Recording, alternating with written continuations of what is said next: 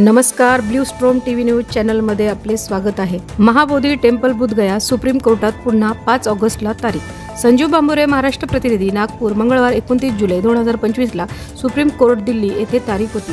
त्या संदर्भात बुधवार दिनांक 28 जुलै 2025 ला अधिकृत advocate Shreya Ravi Dambhore, on record advocate supreme court of India Navi Delhi व ॲडव्होकेट शैलेश नारवणरे सर, वरिष्ठ ॲडव्होकेट सुप्रीम कोर्ट नागपूर यांनी या पिटिशन काही त्रुटी पूर्णता केली व 2018 ला इंटरव्हेनर भंते धम्मशिखर, भंते विनय बोधी, भंते नागसेन हे असून 28-29 जुलै 2025 ला कोर्टात उपस्थित होते। यावेळी मुख्य पिटिशनर आर्य नागार्जुन सुरई ससाई व गजेंद्र महादेव पानतावणे म्हणून उपस्थित होते।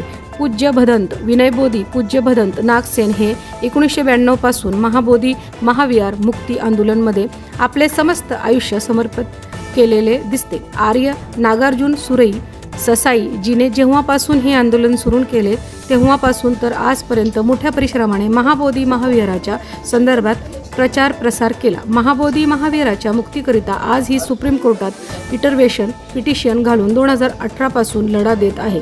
मंगळवार 29 जुलै 2025 ला महाबोधी टेम्पल बुधगया या संदर्भात सुप्रीम कोर्टात कोर्ट रूम नंबर 2 मध्ये न्यायमूर्ती सूर्यकांत व न्यायमूर्ती बागची या डबल बेंच पुढे उपरोक्त केस सुनावणी करीत होती। महाबोधी टेम्पल बुधगया केसचा नंबर 40 होता। त्यापूर्वी 39 केस सुनावणी करीत होते। बेंच पुढे त्या दिवशीची 9 नंबर आले।